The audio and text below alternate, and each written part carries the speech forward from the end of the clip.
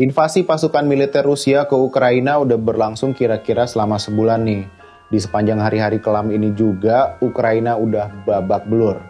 Banyak negara yang mengecam dan memberikan sanksi kepada Rusia, dan diplomasi lintas negara juga terus dijalin. Tapi, bara api tak kunjung padam. Rudal-rudal dan peluru-peluru juga masih terus berseliweran. Nah, kira-kira ada perubahan apa aja ya yang terjadi setelah perang ini berlangsung selama sebulan?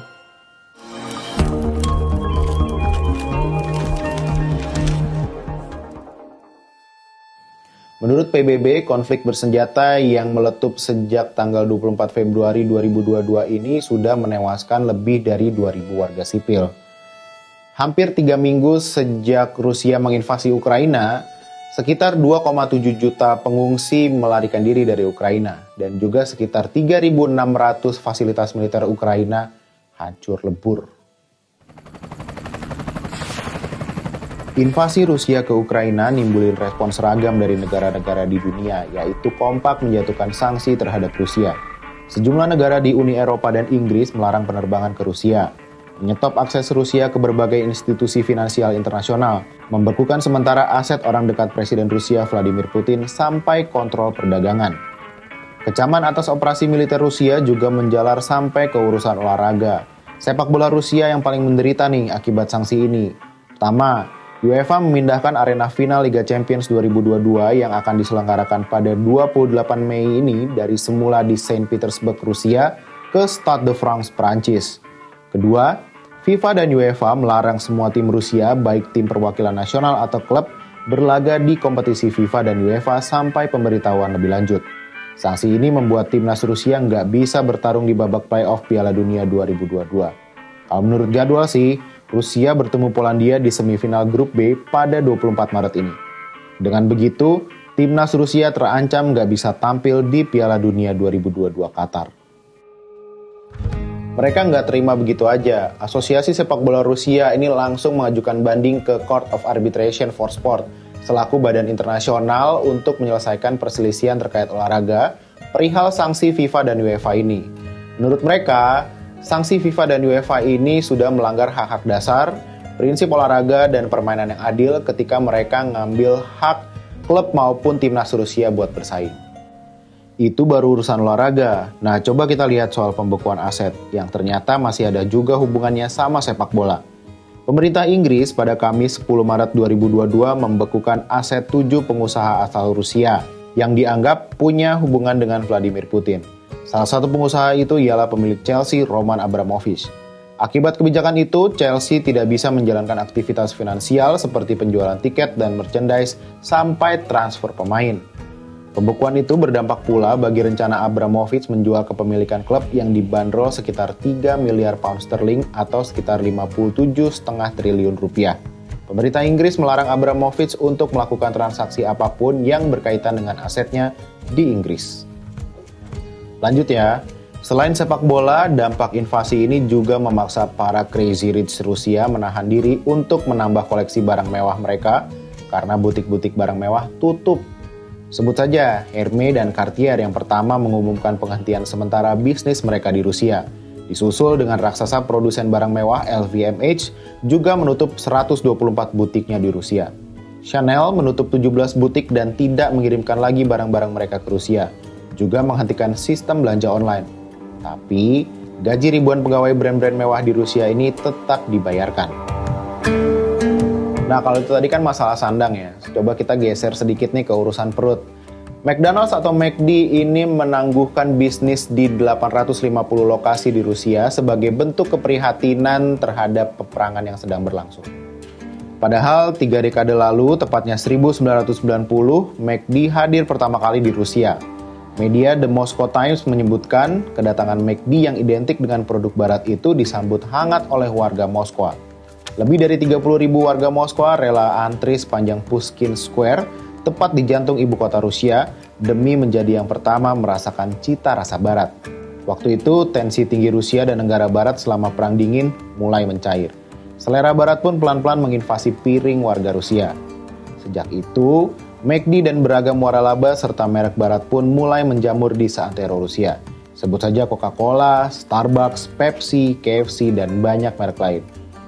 Kini, seiring sanksi negara barat akibat invasi Rusia, perusahaan multinasional itu pun ikut mengambil sikap dengan membekukan aktivitas bisnis di Rusia. Meskipun begitu, gaji karyawan dijamin oleh pemerintah Rusia lewat regulasi mereka. McD yang mempekerjakan 62.000 orang pegawai berjanji tetap membayar upah mereka. Begitupun perusahaan barat lain di Rusia. Soal jaminan bagi pekerja Rusia di perusahaan barat ini, Deputi Kepala Federasi Perhimpunan Independen Rusia Alexander Sersukov menyatakan, perusahaan yang menutup atau menghentikan sementara usahanya tetap berkewajiban membayar gaji bulanan pekerjanya. Jika pekerja diberhentikan, perusahaan wajib menyampaikan pemberitahuan sesuai hukum Rusia.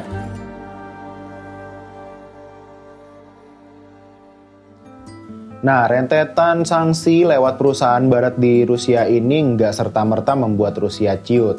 Menurut ombudsman-nya bisnis restoran di Rusia, pengangguran diperkirakan nggak akan meningkat. Karyawan McD misalnya, mereka akan berusaha mendapatkan pekerjaan di tempat lain di pasar kerja yang kekurangan tenaga kerja. Tapi soal bisnis, Bloomberg mencatat kalau gerai-gerai McD di Rusia dan Ukraina itu dioperasikan langsung oleh perusahaan McD. Bukan waralaba kayak di banyak negara termasuk Indonesia. Rusia ada di urutan ke-6 terbesar jumlah gerai McD di luar Amerika Serikat setelah Prancis, Kanada, Jerman, Inggris, dan Australia. Emang sih jumlah gerai di Rusia ini cuma 2% dari total gerai McD di seluruh dunia. Tapi kalau ditambah penjualan di sekitar 100 gerai di Ukraina, Rusia dan Ukraina menyumbangkan 9% pendapatan induk usaha McD. Nah, mungkin hitung-hitungan bisnis ini yang bikin McD puyeng sekarang. Nah, kalau kita ngomongin soal sanksi terhadap negara nih, langkah negara barat ke Rusia sekarang ini sebenarnya bukan hal yang baru. Banyak sanksi bertebaran di dunia. Kenapa? Soalnya sampai sekarang, sanksi masih dianggap sebagai sebuah instrumen yang efektif. Terutama kalau negara-negara pemberi sanksi ini punya posisi yang kuat dari negara-negara penerima sanksi. Umumnya, negara-negara kuat ini juga pasti lebih pede ngasih sanksi, gara-gara mereka berpikir kalau negara penerima sanksi ini pasti punya ketergantungan tinggi terhadap mereka. Jadi, mau nggak mau, mereka kudu nurut sama negara-negara pemberi sanksi. Tapi apakah pemahaman ini juga berlaku buat Rusia?